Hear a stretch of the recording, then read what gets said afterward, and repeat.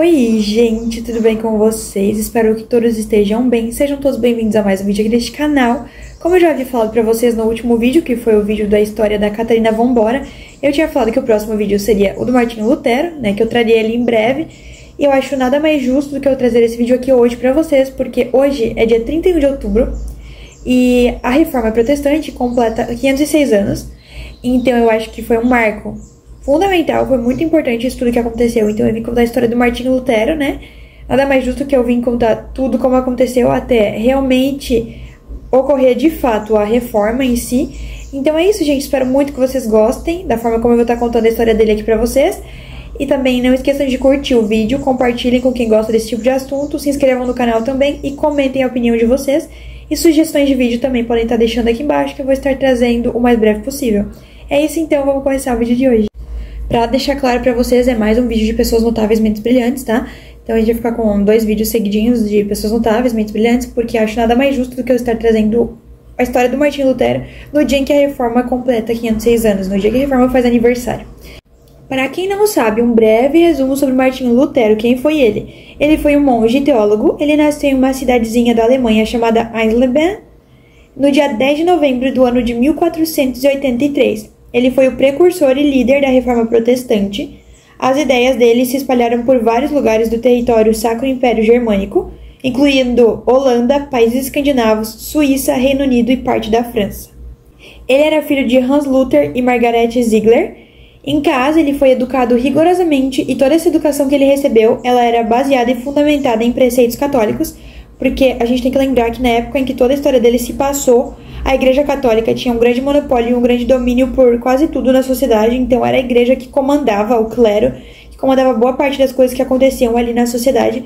Então, por isso que a educação que ele teve desde pequenininho era uma educação que era baseada em preceitos católicos, por conta do grande domínio que a Igreja tinha na época, do poder que tinha sido concedido para a Igreja para poder decidir as coisas.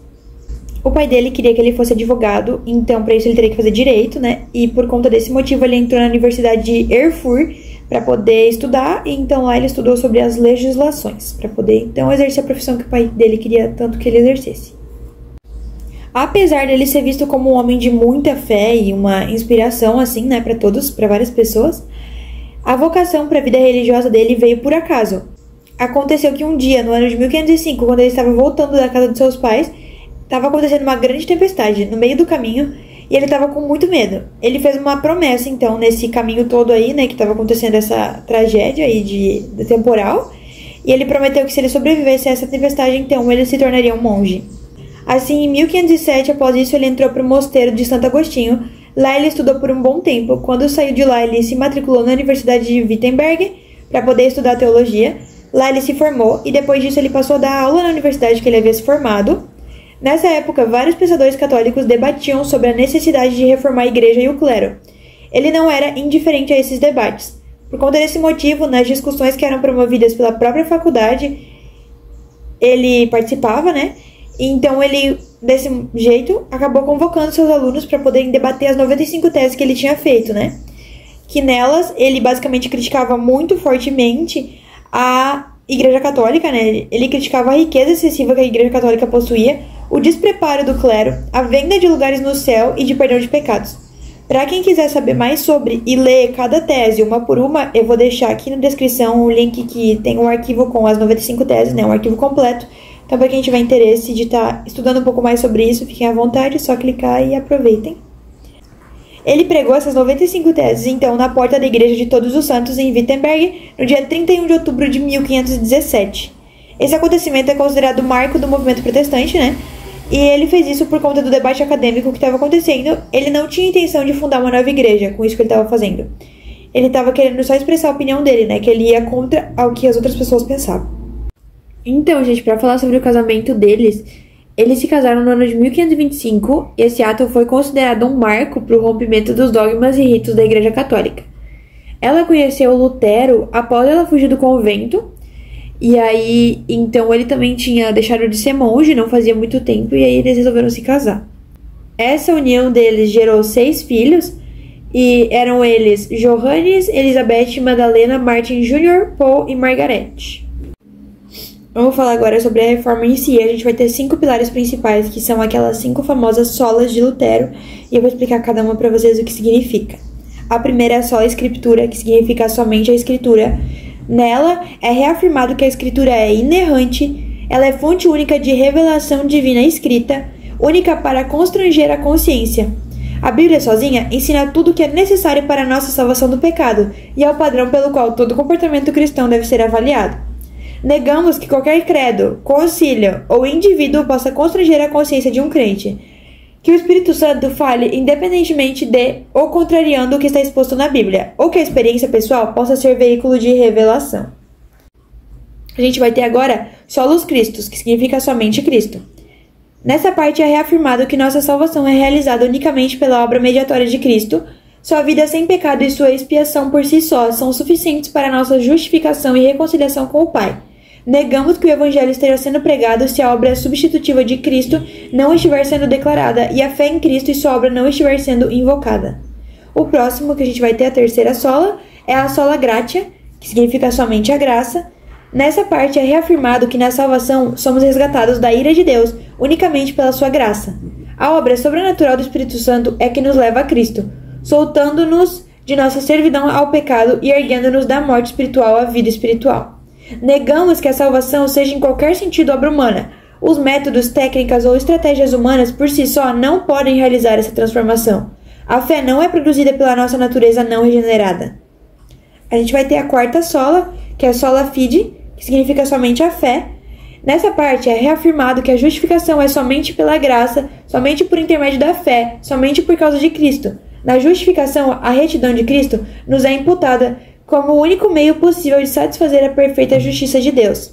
Negamos que a justificação se baseie em qualquer mérito que em nós possa ser achado, ou com base numa infusão da justiça de Cristo em nós, ou que uma instituição que reivindique ser igreja, mas negue ou condene sola fide possa ser reconhecida como igreja legítima. A última sola de Lutero é soli deo gloria, que significa somente a glória. Reafirmamos que, como a salvação é de Deus e realizada por Deus, ela é para a glória de Deus e devemos glorificá-lo sempre. Devemos viver nossa vida inteira perante a face de Deus, sob a autoridade de Deus e para a sua glória somente.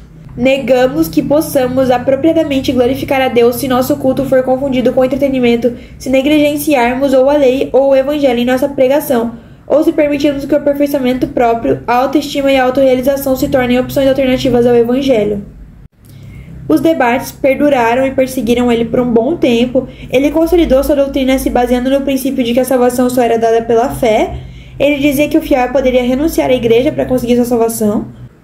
No ano de 1520, o Papa Leão X ditou uma bula papal que condenava a maioria das afirmações que eram feitas por Lutero e considerava ele um herege, né?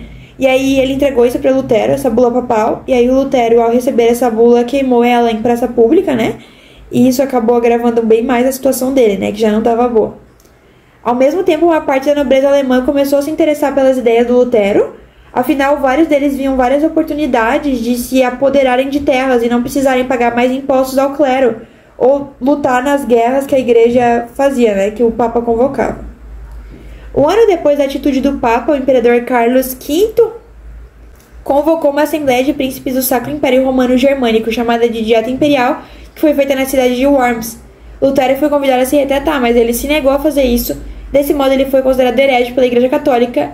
Após isso, então, ele se refugiou no castelo de Wartburg, onde ele começou a traduzir a Bíblia para o alemão. Surgiram várias guerras religiosas entre principados católicos e protestantes, que só terminaram em 1555 pela Paz de Augsburgo. Esse acordo determinava que cada governante dentro do Sacro Império poderia escolher sua religião e a religião dos seus súditos. Vamos falar sobre a morte do Lutero, então. Muita gente acredita que ele foi assassinado por conta das perseguições que ele estava sofrendo. Na verdade, com esse edito de Worms, em 1521, o teólogo ele foi considerado como fora da lei e qualquer pessoa poderia assassinar ele sem ser punido, sem sofrer as devidas punições. No entanto, ele realmente veio a falecer alguns anos após isso, e não se tem um consenso de qual foi realmente a causa, só se sabe que ele terminou seus dias em casa, assistido por médicos. Ele morreu na sua cidade natal, no dia 18 de fevereiro de 1546, vítima de um derrame cerebral ou uma angina pulmonar. Não se tem confirmada a causa ali, né? Em vários lugares dá essas duas opções de prováveis causas da morte. vamos falar sobre o luteranismo, né? Como ficou conhecido o movimento do Lutero ali da igreja. É a doutrina dele que é chamada dessa forma, né? Os seus seguidores são chamados de luteranos, mas o próprio Lutero preferia o termo evangélico ao invés de luterano. Desse modo, a relação entre Deus e os fiéis ela é direta, sem mediação da igreja. A tarefa da igreja seria praticamente só ensinar e orientar os fiéis, mas a conexão seria feita diretamente dos fiéis com Deus, né? E não precisaria do intermédio da igreja para que isso acontecesse. Como consequência disso tudo, ele só admitia a Bíblia como fonte para a fé e rejeitava a tradição oral usada pelos católicos. Ele também propôs a simplificação da liturgia. As igrejas luteranas têm poucos ornamentos e os hinos são feitos a partir de melodias fáceis para que toda a igreja possa acompanhar. O próprio Lutero tocava alaúde e ele compôs vários cantos religiosos, inclusive. Ele só reconhecia 2 sacramentos, o batismo e a ceia. Quanto ao clero, ele instituiu que o ministro da palavra seria o responsável por instruir a congregação, mas sem estar acima da comunidade. Os pastores luteranos também podiam se casar e formar família.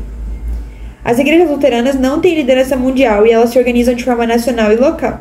Várias denominações luteranas fazem parte da Federação Mundial e do Concílio Internacional. Os principais trabalhos deles são 95 Teses, Liberdade do Cristão, o Catecismo Maior e o Catecismo Menor. Então, gente, esse foi o vídeo. Eu espero muito que vocês tenham gostado. Eu tentei trazer um pouco da história dele aqui pra vocês.